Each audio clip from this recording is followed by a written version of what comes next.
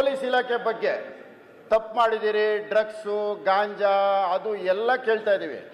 ಅವ್ರ ಸಾಧನೆ ಬಗ್ಗೆ ಯಾರು ಮಾತಾಡ್ತಾ ಇಲ್ಲ ಸಭಾಧ್ಯಕ್ಷರು. ಓಕೆ, ಉದಾಹರಣೆಗೆ ಮೊನ್ನೆ ಫ್ಲೈಓವರ್ ಮೇಲೆ ಒಂದು ಡಕಾಯಿತಿ ಆಯಿತು.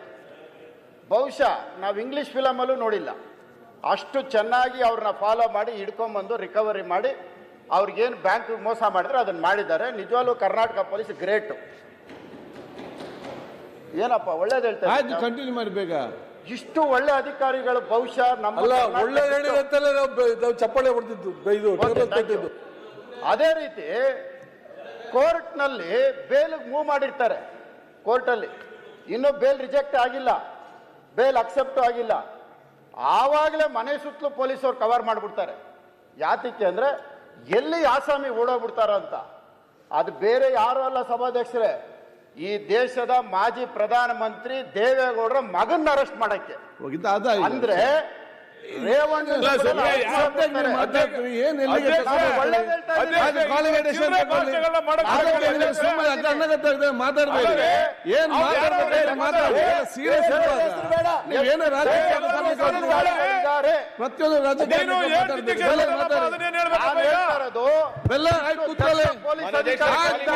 ಪ್ರತಿಯೊಂದು ಕೂತ್ಕೊಳ್ಳಿ, ಪ್ರತಿಯೊಂದು ರಾಜಕೀಯ ಮಾತಾಡೋದು ಸೀರಿಯಸ್ ಆಗಿರಿ.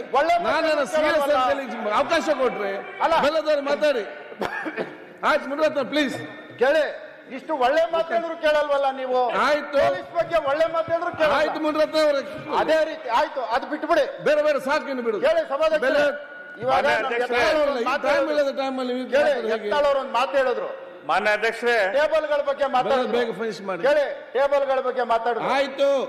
ಪೊಲೀಸ್ ಇಲಾಖೆನಲ್ಲಿ ಈ ಕೈ ಶುದ್ಧವಾಗಿದ್ರೆ ಪೊಲೀಸ್ ಇಲಾಖೆ ಶುದ್ಧವಾಗಿರುತ್ತೆ. ಆಯ್ತು, ಈ ಕೈ ಗಲೀಜ್ ಮಾಡ್ಕೊಂಡ್ರೆ ಪೊಲೀಸ್ ಇಲಾಖೆ ಗಲೀಜ್ ಆಗತ್ತೆ. ಪೊಲೀಸ್ ಇಲಾಖೆ ಗಲೀಜ್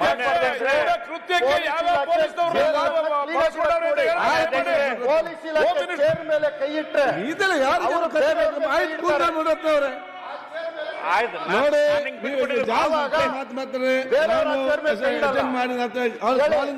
ಭ್ರಷ್ಟಾಚಾರ ಎಲ್ಲಿಂದ ಆಗತ್ತೆ? ಪಬ್ಗಳು ಜಾಸ್ತಿ ಆಗತ್ತೆ, ಮಾನ್ಯ ಅಧ್ಯಕ್ಷ ಜಾಸ್ತಿ ಆಗತ್ತೆ, ಮುಖಬಾರ್ಗಳು ಜಾಸ್ತಿ ಆಗತ್ತೆ, ಪಕ್ಷದ ನಾಯಕರು ದಂಧೆಗಳು ಸ್ಟಾರ್ಟ್ ಆಗುತ್ತೆ.